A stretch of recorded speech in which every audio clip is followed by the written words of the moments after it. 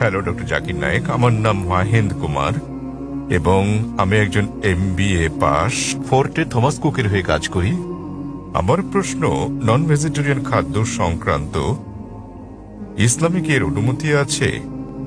পশু পাখি, জীবিত প্রাণী, আপনি কি একে সহিংসতা বলে মনে করেন না? আমার দ্বিতীয় প্রশ্ন, নন ভেজ খাদ্য গ্রহণ কি ইসলামে বাধ্যতামূলক এবং প্রকৃত নিরামিষভোজী ব্যক্তি কি ইসলাম অনুসরণ করতে পারেন? ভাই মহেন্দ্র কুমার খুব সুন্দর একটা প্রশ্ন করেছেন। তিনি বললেন যে ইসলামে আপনারা ননভেজ খাবার খাবেন, আপনারা প্রাণী হত্যা করবেন। কেন ইসলাম ধর্ম প্রাণী হত্যা করার অনুমতি দেয় এবং একজন মুসলমান কি প্রকৃত নিরামিষভোজী হতে পারেন? ভাই, এই প্রশ্নের উত্তর দেওয়ার আগে আমি আপনাকে বলতে চাই, একজন মুসলমান প্রকৃত নিরামিষভোজী হয়েও খুব ভালো একজন মুসলমান হতে পারেন।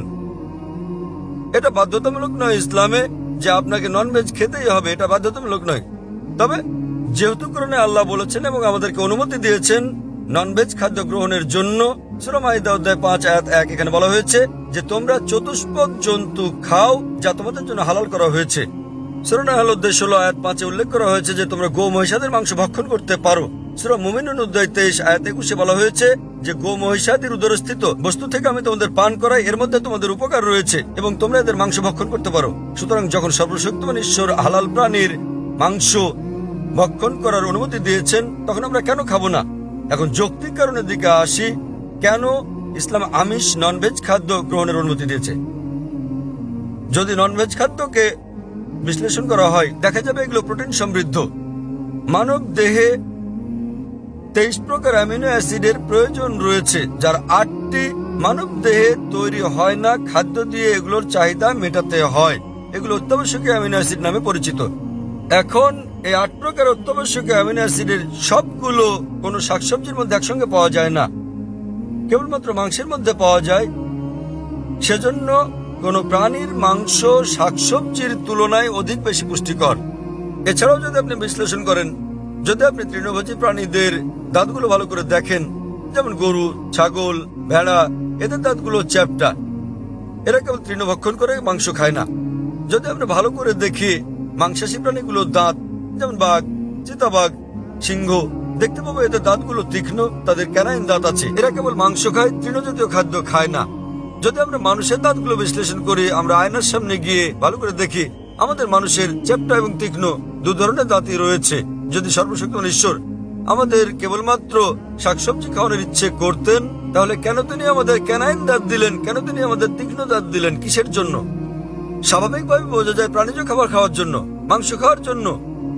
এছাড়াও যদি আমরা মানুষের পরিপাকতন্ত্র বিশ্লেষণ করি, যদি আমরা এটাকে তৃণভোজী প্রাণীগুলোর সঙ্গে তুলনা করি, গরু, ছাগল, ভেড়া, দেখা যাবে এরা কেবল তৃণ হজম করতে পারে।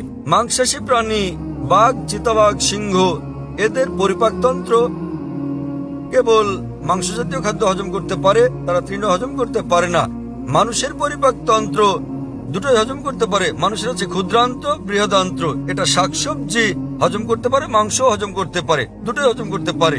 সর্বশক্তিমান ঈশ্বর যদি আমাদের কেবল শাকসবজি খাওয়াতে চাইতেন, তাহলে তিনি কেন আমাদের এমন পরিপাকতন্ত্র দিলেন যা উভয় হজম করতে পারে? বিশ্লেষণে দেখা গেছে হিন্দুদের অনেকের ধারণা যে হিন্দু ধর্ম মাংস জাতীয় খাদ্য খাওয়া নিষিদ্ধ করেছে। প্রকৃতপক্ষে যদি আপনি পড়েন, মনুস্মৃতিতে উল্লেখ আছে অধ্যায় নম্বর 5 শ্লোক নম্বর 30, সর্বশক্তিমান ঈশ্বর খাদ্য হিসেবে কিছু প্রাণীকে সৃষ্টি করেছেন আর কিছুকে করেছেন খাদক। যেসব প্রাণীকে খাদ্য হিসেবে সৃষ্টি করা হয়েছে সেগুলো খেলে কোনো পাপ হবে না। মনুস্মৃতি অধ্যায় 5 শ্লোক 31 বলছে যে সর্বশক্তিমান ঈশ্বর কিছু প্রাণী বলির জন্য সৃষ্টি করেছেন, তাদের জবাই করলে পাপ হবে না। মনুস্মৃতি অধ্যায় 5 শ্লোক 40 বলা হয়েছে যে বলিদানের পশু বলি দেওয়ার জন্য অনুমতি আছে, এটা ঈশ্বরের বিধান। সুতরাং হিন্দু ধর্মে প্রাণীর মাংস খাওয়ার অনুমতি আছে। বেদ ও অন্যান্য ধর্মগ্রন্থ পড়লে দেখবেন সাধু সন্তরা প্রাণীর মাংস খেতেন, এমনকি গরুর মাংস খেতেন। মহাভারত পড়লে দেখবেন অনুশাসন পর্ব অধ্যায় নম্বর 88, যখন পাণ্ডবরা একত্রে মিলিত হয়, যুধিষ্ঠির, যিনি পাণ্ডবদের বড় ভাই, তিনি ভীষ্মকে জিজ্ঞেস করেন যে কোন খাদ্য আমাদের যজ্ঞে, পূজায় দেওয়া উচিত যাতে করে আমাদের পূর্বপুরুষ সন্তুষ্ট হয়। তো ভীষ্ম উত্তর দিলেন যে যদি আপনি লতাপাতা গুল্ম শাকসবজি দেন তাহলে আমাদের পূর্বপুরুষেরা 1 মাসের জন্য সন্তুষ্ট থাকবে।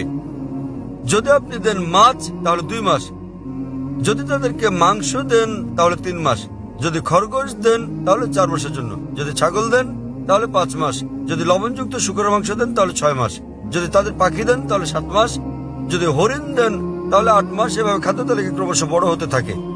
বলা হয়েছে যদি মহিষ দেন তো 11 মাস, যদি দেন গোমাংস আপনি তাহলে আমাদের পূর্বপুরুষেরা পুরো 1 বছর সন্তুষ্ট থাকবে। এবং যদি ছাগলের লাল মাংস কিংবা গন্ডারের মাংস দেন তাহলে তারা অনন্তকাল সন্তুষ্ট থাকবেন। সুতরাং হিন্দু ধর্ম মতে প্রাণীর মাংস খাওয়া কোনো পাপ নয়। হিন্দু ধর্মাবলম্বী অনেকে জীবিত প্রাণী হত্যা না করার অহিংস দর্শনে উদ্বুদ্ধ হয়ে মাংস খেতেন না, তারাও খেতে শুরু করেছেন। কিন্তু এমনকি এই অহিংস দর্শন, যেমন আপনি বলেছেন যে জীব হত্যা করা হচ্ছে পাপ, ভাই আপনি কি জানেন যে উদ্ভিদেরও প্রাণ আছে? আপনি কি এটা জানেন ভাই? জি। তাহলে জীব হত্যা যে পাপ আপনি বলেন, সেক্ষেত্রে উদ্ভিদ লতাপাতা ইত্যাদি হত্যা পাপ, তাহলে কেন আপনি সেগুলো খাবেন? একমত, খুব ভালো। এছাড়াও এমন কিছু লোক আছে যারা বলে ঠিক আছে ভাই জাকির, আমি একমত যে উদ্ভিদেরও প্রাণ আছে, কিন্তু তারা তো ব্যথা অনুভব করে না, তাই উদ্ভিদ হত্যা করা জীবজন্তু হত্যা করার চেয়ে কম পাপ। যে বিষয়টা মনে রাখতে হবে তা হচ্ছে বিজ্ঞান আজ উন্নত, আমরা জানতে পেরেছি যে উদ্ভিদও ব্যথা অনুভব করে, কিন্তু উদ্ভিদের কান্না মানুষ শুনতে পায় না। কারণ মানুষ যে শব্দ তরঙ্গ শুনতে পায় তার মাত্রা 20 সাইকেল থেকে 20,000 সাইকেল পার সেকেন্ড পর্যন্ত, এর নিচের বা বেশি মাত্রা শব্দ তারা শুনতে পায় না। আমেরিকার এক কৃষক উদ্ভিদের কান্নাকে মানুষের শ্রবণ তরঙ্গে রূপান্তর করেছিলেন এবং উদ্ভিদগুলো কান্নাকাটি করলে পানি চাইলে তিনি বুঝতে পারতেন।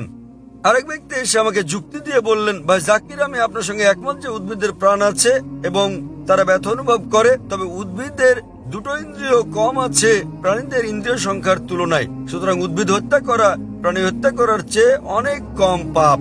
আমি আপনাকে জিজ্ঞেস করি ভাই, মনে করেন আপনার ভাই, আপনার বড় ভাই, তিনি জন্ম থেকেই বধির ও বোবা। যখন সে বড় হলো তখন কেউ তাকে হত্যা করলো, তাহলে কি আপনি বিচারককে বলবেন যে মহামান্য এই হত্যাকারীকে আপনি কম শাস্তি দিন, কেননা আমার ভাই 2টো ইন্দ্রিয় কম ছিল, তিনি শুনতে পেতেন না, কথা বলতে পারতেন না? আপনি কি কথা বলবেন? বরং আপনি বলবেন খুনিকে দ্বিগুণ শাস্তি দেওয়া হোক, কারণ আমার ভাই কানে শুনতেন না, বলতে পারতেন না, তিনি মাসুম ছিলেন, নির্দোষ ছিলেন তিনি। তাই ইসলামে 2টো বা 3টি ইন্দ্রিয়ের কোনো প্রশ্ন নেই। কোরআনে বলা হয়েছে সূরা বাকারা অধ্যায় 2 আয়াত 168, যেসব হালাল বস্তু দেওয়া হয়েছে সেগুলো খাও, যে সকল খাদ্য হালাল সেগুলো তোমাদের জন্য পবিত্র, সেগুলো খেতে পারো। এত সত্ত্বেও ব্যক্তিগতভাবে আমার কোনো সমস্যা নেই যদি অমুসলিমরা প্রাণীর মাংস না খায়, আমার কোনো সমস্যা নেই। কেবল তারা যখন বলে পশু পাখির মাংস খাওয়া পাপ, এক ধরনের অপরাধ, শুধু তখনই আমি জবাবটা দেই। অন্যথায় ভারতের অমুসলিমরা যদি পশু পাখির মাংস না খায় সেটা আমার জন্য ভালো। যদি ভারতের সকল অমুসলিমরা মাংস খেতে শুরু করে তাহলে খাসি গরুর মাংসের দামটা বেড়ে যাবে, তখন আমার মাংস খাওয়ার খরচটাও বেড়ে যাবে। তাই ব্যক্তিগতভাবে আমার কোনো সমস্যা নেই। আশা করি ভাই আপনি উত্তরে সন্তুষ্ট হয়েছেন। হ্যাঁ, নিশ্চয়ই স্যার। সুতরাং এখন আপনি চাইলে একজন ভালো নিরামিষভোজী হতে পারেন, আবার চাইলে আমিষভোজীও হতে পারেন। মাংস খেলে আপনি আরো সুস্বাস্থ্যের অধিকারী হবেন, আপনি খেতে পারেন। তবে আপনি প্রকৃত নিরামিষভোজী হতে চাইলে তাতেও কোনো পাপ নেই। আশা করি উত্তরটা পেয়েছেন ভাই।